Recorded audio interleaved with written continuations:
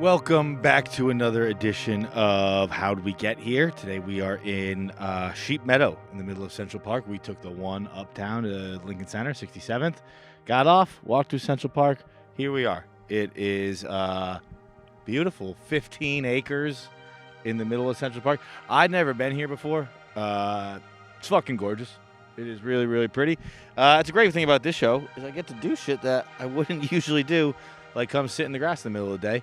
And it's fucking awesome. There are 200 sheep who used to roam these grounds from the mid-1800s, I think 1864 exactly, till the Great Depression. Till 1934, so about a little over a decade before Hitler died. They fucking got all the sheep out of here in 1934. 200 sheep.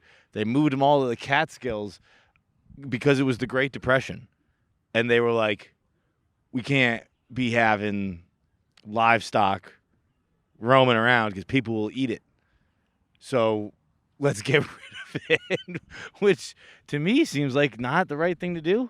I feel like if you got 200 sheep in the middle of Central Park during the Great Depression, if people can catch the sheep and eat the sheep and kill it. If you put 200 sheep in the middle of Central Park right now, I don't know that there are enough people in this city who would know how to kill, cook, and eat a lamb. Is a lamb a sheep? Sheep a lamb? Sheep's a lamb. Yeah, it's probably one of the male-female things. I think a lamb is a female. Whatever. What I'm saying is everyone here is a pussy. That is true. That is true, that everyone here is a pussy. The Tavern on the Green, which is a bar nearby, or a tavern nearby, that's where the sheep used to stay. Another fun fact about the Sheep Meadow is that, okay, I'm going to ask a dumb question here. I'm going to tell you a fun fact, and I'm going to ask a dumb question.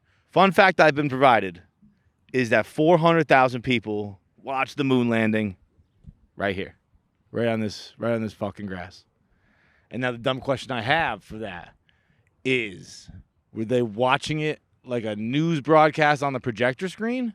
Or could you see it from here? You're going to see it from here. You're going to see it from here. No way. They must have had a TV. But, like, maybe. Right? Like, no way, right? You couldn't see it. Like, maybe if there was a rocket on fire, you could. Final fun fact about Sheep Meadow is that on 9/11, it was used for base camp for Black Hawk helicopters. And I have a story about that, which I feel like is probably like not true. Probably one like everyone has kind of deals, like a friend of a friend type deal. But I had a friend of the family was one of the guys apparently who fucking took off in the F-16 after the first plane hit. I guess they scrambled jets from fucking the Cape. There's a base out there, and I guess that was where they screamed. Again, who knows if any of this is fucking true? I feel like everyone has a family's 9/11 story. But I heard the guy he was sent out, and his mission was shoot to kill. But he was luckily, I guess someone else on the flight did that because it was United 94. Whatever, I don't know. That's probably not true. That's very sad anyway. Happier news. I am fully back to my pre-mascot's weight. I am, you can probably see as I'm laying here, I probably look like a fucking beached whale. It took a long time for me to even realize it. Like, I just kept blaming other things. I kept thinking I was buying pants. I bought a couple pairs of pants on eBay. Okay, sue me about that. But I bought a few pairs of pants over a couple of months span, and they all kept coming small, and I was like, fucking can't trust eBay sellers at all. They don't know what the kind of sizes they're selling. And then I would have a lot of acid reflux. I was burping a lot. I was farting a lot, been farting a lot more, and like never putting anything together. Breathing heavy. Everything I do, breathing motherfucking heavy. Walking and talking on the phone, can't do it. Stairs, can't do it. Like, it is, I'm breathing heavy. And I was like, oh, air must be bad. I was like, this is what it is. This is what you get for living in the city for a decade. Your lungs are dying. I also smoke a lot more than I used to. So I was like, maybe it could be the smoking. And then I finally stepped on a scale the other day, and the issue is that I put on 25 pounds. is what the issue is. I was blaming everything else. It's really hard for me to move right now. I'm fat. I'm gross. Perfectly right in time for surviving. But I can feel everything hanging over me. I can feel everything touching. Whoa. People are doing a pregnancy shoot. It's crazy. The photographer's taking them with her iPhone. If you fucking hire a photographer and she shows up with her iPhone, I think you got to ask for your money back. Speaking of photographers and things like that, not the same thing, but we'll call Paz the director of photography on this. The people come to me all the time about this show, and they're like, yo, that fucking show looks so good. And I'm always like, 100%. 100. It looks so fucking good. But also, going up to someone and telling him, imagine if you went up to a band and you were like, dude, the album cover, so sick. Everything else, no opinion. It is what we do here. We do out of order. We look good, and that is completely in the hands of Pavs and James. So thank you very much to them today. I actually feel like I'm just kind of all of these shows, like, you could put them on mute. What I am unimportant to this process. This is like I'm on some paint me like one of your French girl shit. I just lay here. Pavs puts on a gorgeous fucking picture for you, and that's about it. That's about all I have to do. But I gotta stop moving so much because it's hard. But the what else have we done? We got some big interviews coming out soon. Every interview I said we were gonna do, we did in fact do. The RZA has come out. We got I forget the order, so I'm not going to tell you what order they're coming in. All I'm going to tell you is that the next 4 interviews out will be some combination of John fucking Slattery, Lamorne Morris, Chiwetel Ejiofor, and Bill Pullman. We have a couple of iconic actors in there. We got a couple of Academy Award nominees, Emmy nominees, Emmy winners. It is insane. It is sick. But the Chiwetel, we have to go to LAX for that. Oh, yeah. Okay, we'll tell Chiwetel. Chiwetel Ejiofor. Let me tell you this. So Chiwetel, obviously the most decorated, guest we've had on this show. Can I tell you something about? I'll get to that later. No, I'll tell you right now. I was at my sister's house the other day, and I was hanging out with my nephew. And he took me upstairs, and he was like showing me he's got a new house, and he was showing me his house, and he showed me his sister's bedroom and his bedroom and his bathroom, and then he showed me the guessing room, and I was like, "You mean the guest room, bud?" And the way he it imprinted on his brain, where he was like, "Oh my God, of course it's called the guest room. I can't believe I've been calling it the guessing room." But just seeing him learn like that was so fucking cool. And I was bringing it up to my mom or my dad later, or everybody later, and I was like, "It's so cool seeing that imprint." And then someone was like, "Yeah, like kids are so smart, kids learn so fast." And then someone else said something that I thought was very insightful. They said kids learn so fast because they spend their whole day doing things they don't know how to do. We don't learn fast because we fucking get used to our shit and we just do it routine. We have no reason to learn. Kids spend their entire day on the edge of their abilities. I don't know. I thought that was cool. What was I talking about? Chiwetel Ejiofor. So Chiwetel, obviously our biggest guest. Our most decorated guest. He's an Oscar nominee. He's a fucking Oscar nominee. That is crazy. And so we went out to L.A. for that one. And when we landed, I'll tell the story first. We landed at LAX, and my phone was dead, as it was for the entire flight, because my fucking plug in my seat wasn't working. So my phone was dead, and I didn't have headphones in because my phone was dead, so I didn't really have any reason to be listening to anything. And I'm sitting on the shuttle from LAX to the Ubers, and this guy comes on the back. And he's this big, kind of I'll give him, he was military looking. Big barrel chest. He was fully dressed in khaki, just all different versions of tan, all the way down to the boots. It just looked like a military type guy. And he sits down and he's talking to this woman in a hat from Oahu. And he's like, excuse me, ma'am, you just come back from Oahu?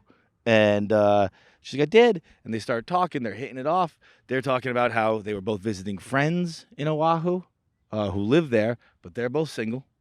They both live in L.A., born and raised in L.A., families in L.A. And they were really hitting it off. Then it gets down. This guy, he is a radio host in town or something like that. Not something like that. It's a radio host. I'm not going to say the radio station, but he's a radio host. And the woman was like, oh, my God, I fucking love that radio station. I used to listen to it all the time, yada, yada. And he's like, yeah, I'm back on the clock tomorrow morning. So if you fucking need me, that's where I'll be. And she's like, oh, my God, I'll definitely tune in. And he was like, why don't you give me your number? I'll send you the stream for it. And she said, no, thanks. I'll just listen in the car. And it ripped my fucking heart out. I was so excited for a while there where I was listening to it. And I was like, wow, this is why people go around all day without headphones on, without their fucking face in a phone, because you can meet these romantic stories. You hear these romantic stories on the fucking LAX shuttle to Uber. And you can see these stories of love and passion and uniting. And no, that is not what happened. Instead, I got a fun story about a guy getting turned down. But I apologize, brother. I hope your day at work was better after that. What else? Oh, last thing about LA. This is my big problem with Los Angeles, aside from the fact that I love it. Fiji Watertown. Didn't realize that until this year. Everywhere you go, oh, here's a Fiji for you. Hotel rooms, oh, here's a Fiji. Garbage water. It's a terrible, terrible water. As nice a town as LA is, if you're a Fiji water town, not interested. Can't have you. It's like having a fucking. It's like if someone LA, because it is kind of paradise, right? Everywhere you look, there's all the fucking palm trees and niceties and all that shit. Oceans right there, beautiful weather. It's very paradise-like.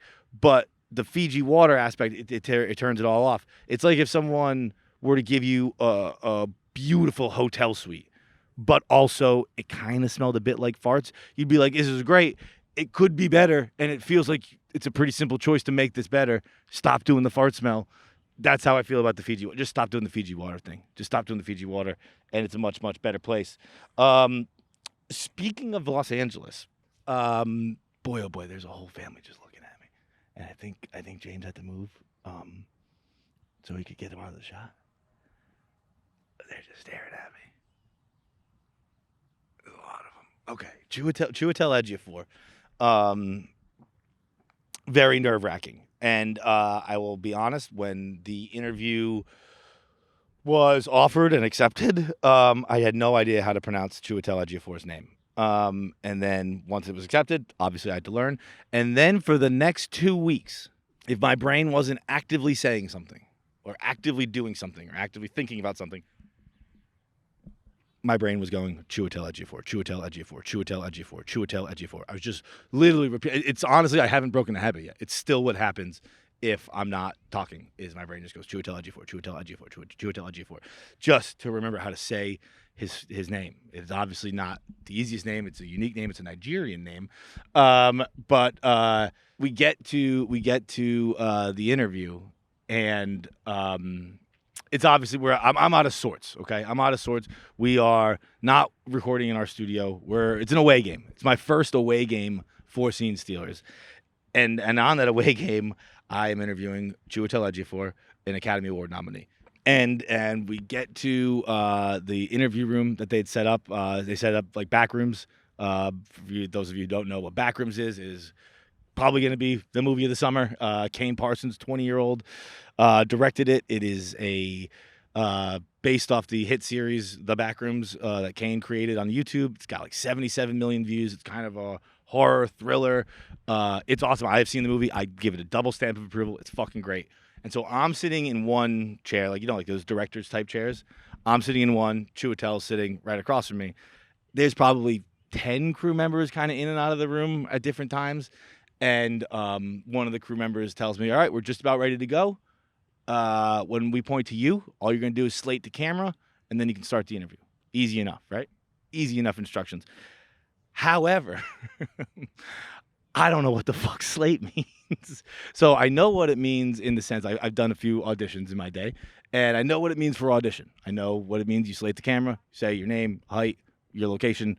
That's it. John Feitelberg, 6'1", New York City. Bang. That's my slate. But when they fucking tell me to slate before an interview with Chiwetel Ejiofor, and the guy's going 5, 4, 3, 2, 1, and he points to me, and I went, welcome to another edition of Scene Stealers, where we talk our favorite scenes with our favorite actors. I'm here with Chiwetel, and I fucked up his name, and I fucked up everything, and that's not what a slate was. And they stopped me, and they were like, hey, you stupid idiot, that's not what a slate was.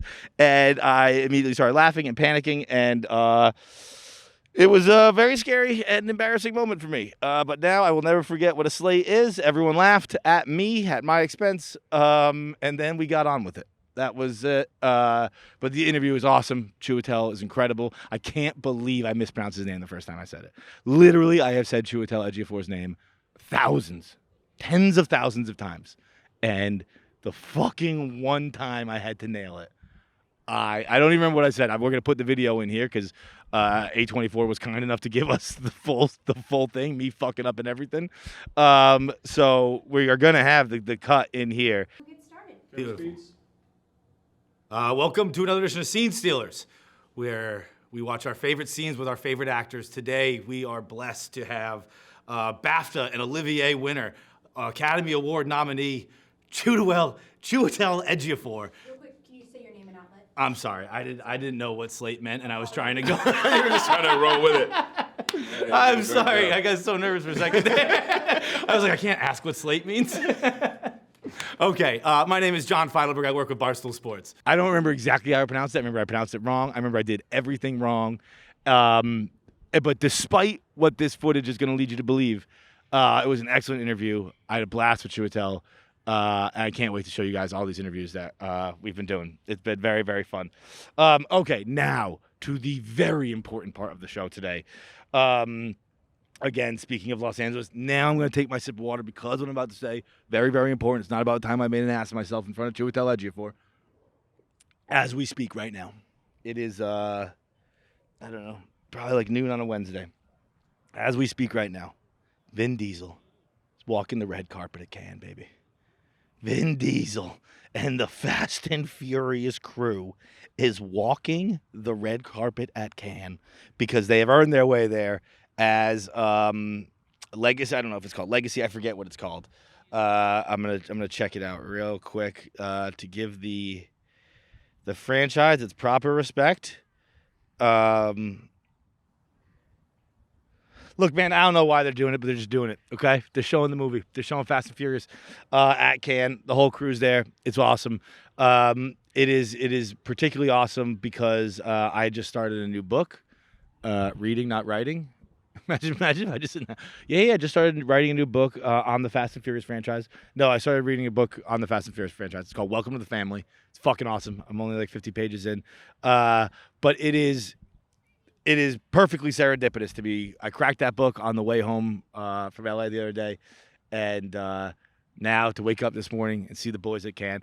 Honestly, in the first 50 pages, it is crazy how this movie got done, how it got made. Like Kenneth Lee is a guy who wrote an article for Vibe magazine about underground street racing in New York City, and they were like, "This script's not going to work." And they flipped it to L.A. They added all the multicultural aspects of it, which is very interesting. I was reading this article about it as well. I've been reading a lot about Fast and Furious lately, about how like Fast and Furious, one of its reasons for, there's a million reasons for its success, but one of the reasons is it was early on the trend of the multicultural cast, but like shows that are successful doing it. I think Four Brothers was another one. It's not. It can seem pretty ham-fisted in today's day and age. You can seem like they're just kind of throwing it in there for no reason. Whereas in Fast and Furious, in Four Brothers, the story takes place around a world where it makes sense to have multiculturalism. And I thought that was an interesting note.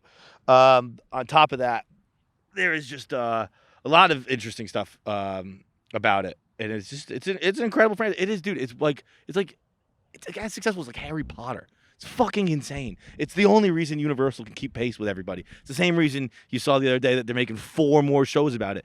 It's Universal's like top property. It's like I'm sorry, like Peacock's like top property. Universal got other stuff, I think, but it's like Peacock's like top property. So it is interesting. But you know what is true? I was reading in the book. Facts are facts here, folks. You talk about the most successful IPs in the world and all that stuff, right? In the 21st century, all the most successful IPs, they're the ones you'd think. They're the fucking superheroes and the comic books and all that stuff. That is all very true. But you know who's with them? Fast and Furious. And do you know how many Batmans there have been? 3. You know how many Jokers there have been? 4. How many Spider-Mans? 3. You know how many Dominic Toretto's there have been? Fucking 1. 1 Dominic Toretto. That's impressive. That's impressive if you ask me. Shopify is the commerce platform behind millions of businesses around the world and a literal 10% of all e-commerce in the United States. A messy percentage, MESSI, percentage of e-commerce in the United States. Get started with your own design studio with hundreds of ready-to-use templates. Shopify helps you build a beautiful online store that matches your brand's style. Shopify helps accelerate your efficiency. Okay, whether you're uploading products or trying to improve existing ones, Shopify is there with all the useful tools to help you. Shopify is packed with helpful AI tools, of course. AI tools that write product descriptions, page headlines, and even enhance your product photography. Okay, get the word out like you have a marketing team behind you. Easily create email and social media campaigns wherever your customers are scrolling or strolling. Best yet, Shopify is your commerce expert with world-class expertise in everything from managing inventory to international shipping to processing returns and beyond. Okay, sign up for your $1 per month trial today at shopify.com/fightis, FEITIS. That's shopify.com/fightis, FEITIS. One more time for the people at home, shopify.com/fightis. On the same part of with super speeders. Actually, no, I'm sorry. With Fast and Furious, super speeders. Super speeders is something I learned about the other day. It was the New York City budget proposal, which an Instagram account I follow posted that, which is unnecessary. That's not what I'm on Instagram for. They were doing like New York City budget stuff. I don't know why the fuck I was looking at this thing. I guess I am getting old, but I was looking at it, and I noticed one thing that was for all super speeders, and that was in quotations, quote, super speeders, they have to get a speed limit thing put in their car, something that limits how fast their car can go, a governor of sorts. And that was kind of crazy to me. And then I saw that a super speeder is someone who gets caught speeding 16 times a year. And then I was like, oh, we should just kill that person. Like, if that's what a super speed, I thought, like, I don't know, if someone was going too fast once or something like that. A super speeder, if you get caught speeding 16 times annually, we should just fucking kill you. And I'm kind of kidding, but also I'm kind of not at all. I think that someone who murders, someone who's committed a terrible murder one time, that person has more of a chance to change than someone who gets 16 speeding tickets per year. That person is committed to who they are. They have made the decision, I am being an asshole for the rest of my life. I'm not saying let's definitely do it. I'm just saying if you wanted to make the argument, I would hear it. I would hear that there's a greater cost to kill someone who gets 16 moving violations per year than someone who fucking murdered one time. That's that. You know who else we should kill? We should kill the fucking person who was in charge of audio on the porn I was watching the other day. Because I heard a dog bark in porn the other day. I was like, I've never once. That's actually some bullshit that I've started to notice since we started all this. I notice stuff like that. I notice editing. I notice lighting. And like I do it in movies, and that makes sense to do it in movies. I don't like it when my brain does it in pornographies. When I'm kind of just trying to, just escape for a minute, just get away, just be off the clock for a second. And dude, I heard a dog barking in another room on a porn the other day, and I was like, come on, dude. That is the most unprofessional bullshit. Even get that thing in here and have it be part of the show or shut it up. Philly, I genuinely mean this. I respect Philadelphia less than I did a week ago. Like, dead serious. It sounds insane. It sounds genuinely insane because I really like Philly. I've always felt a little Boston Philly kinship. I think many people have. I think they're similar towns. I genuinely am a Philly guy. I grew up. My aunt used to teach at Drexel, so I used to come down on the train and I'd go hang out in Philly with her. I'd go fucking get steaks. And I'd go to Flyers games. I go to the museum. I do the Rocky thing. I like Philly. I'm as much of a Philly guy as someone not from Philly can be. Having said all that, I definitely respect Philadelphia less. I don't understand it. How did that happen? How did all of that happen? How did that happen? Like that, like Boston plays New York, that doesn't happen. How did that happen in Philadelphia? Genuinely, like I'm not trying to do a take thing. That happening, I'm sure there's some kind of fucked up economics where some fucking billionaire, Josh Harris, if I had to guess, is being a piece of shit. And I'm sure the good people of Philly, if I were to sit down at the table, they could explain it to me in a way that makes me go, you're right, that is fucking bullshit. But I'm not going to give you the opportunity to explain it to me. So I'm just going to sit here and think, holy shit, what happened to that once great sports city? That is fucking embarrassing. I used to think Philly was a sports city to look up to. They had all the arenas in one fucking parking lot. I think that's so cool. I think the Pittsburgh, which isn't Philadelphia, obviously, but I think Pennsylvania does their sports right. I think it's cool how Pittsburgh is all the same colors. I think it's cool how Philly's all in the same place. And I've just been a fan. And it is hard to be a fan of Philadelphia right now because that was pathetic. What else?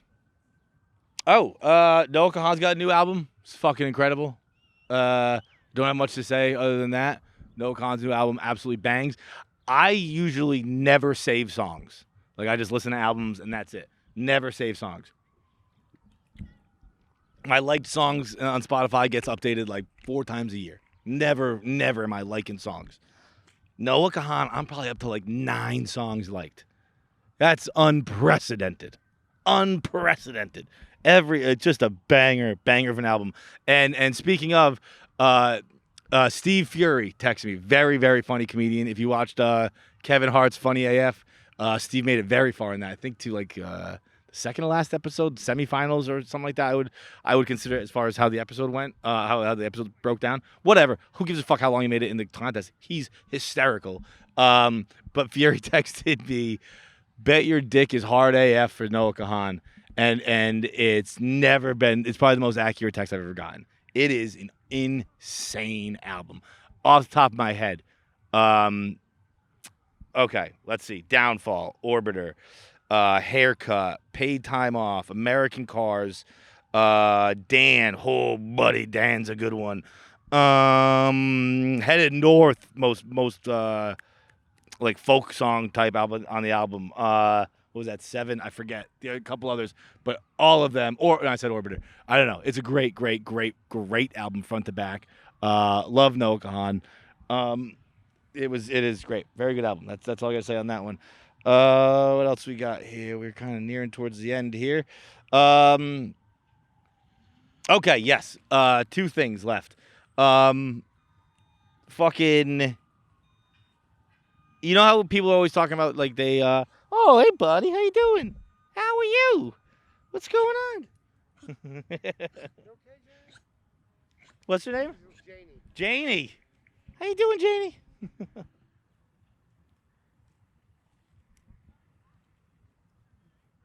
I always feel very awkward. I didn't know if I touched that dog enough. I never want to upset an owner. I don't want to over-touch a dog, but I don't want to under-touch a dog. A lot of stress interacting with a dog.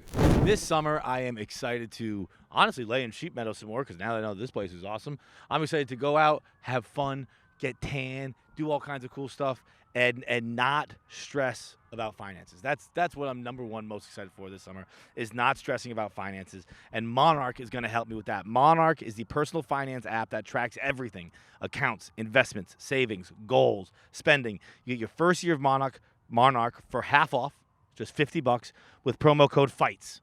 Just promo code FIGHTS on this one, FEITS. Monarch, promo code FIGHTS, FEITS.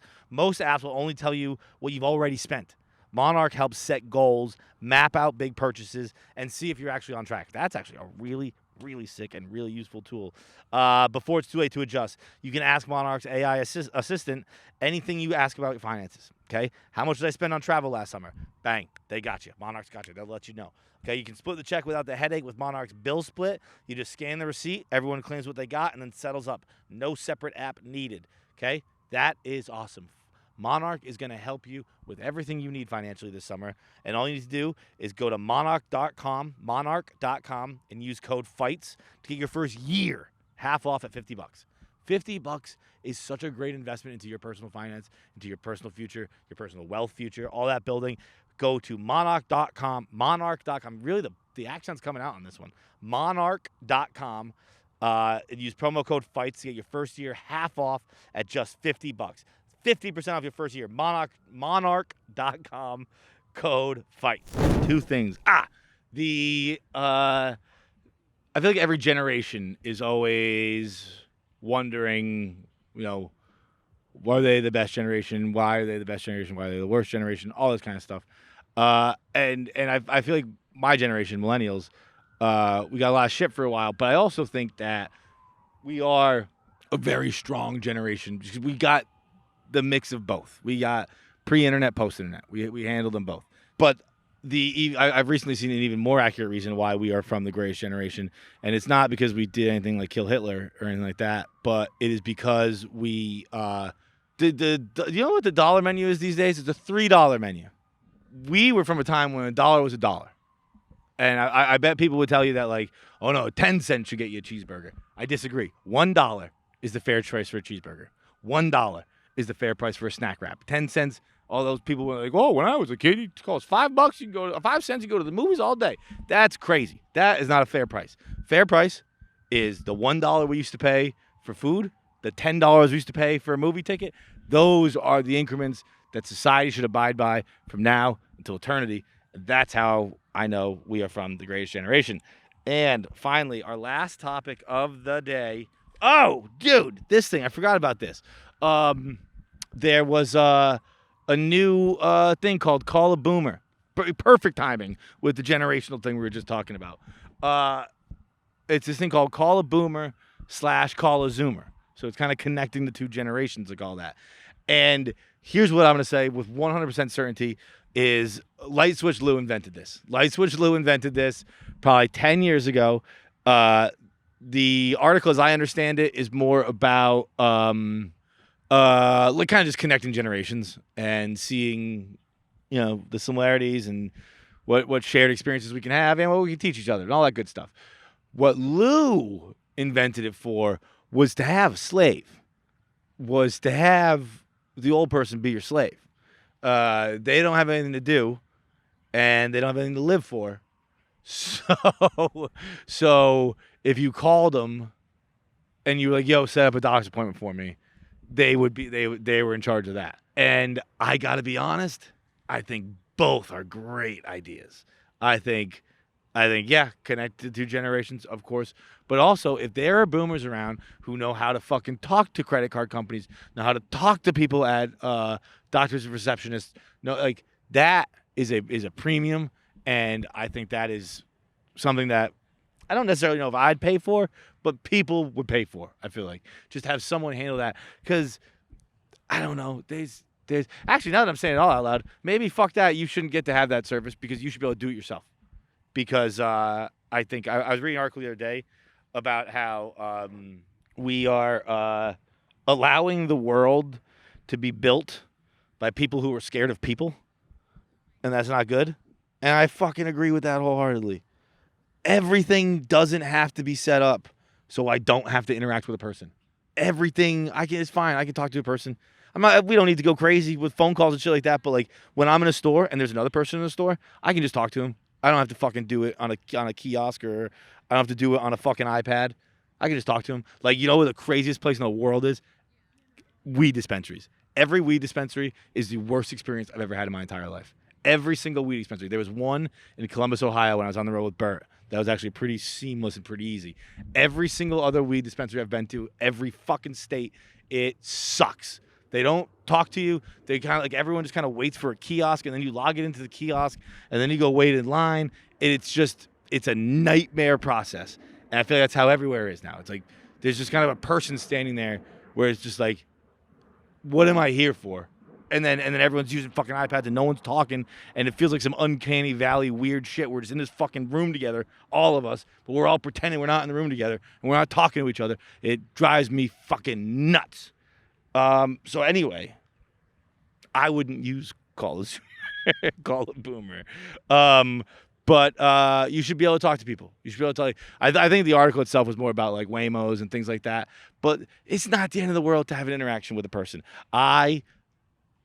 Just talk to a person, and you'll have a better day. Yeah, I got my boy Syed. I say, I don't need any of this in the show. Whatever. Just talk to fucking people. Talk to people. Don't go out of your way to not talk to people. And that ends my solo podcast where I don't talk to anybody.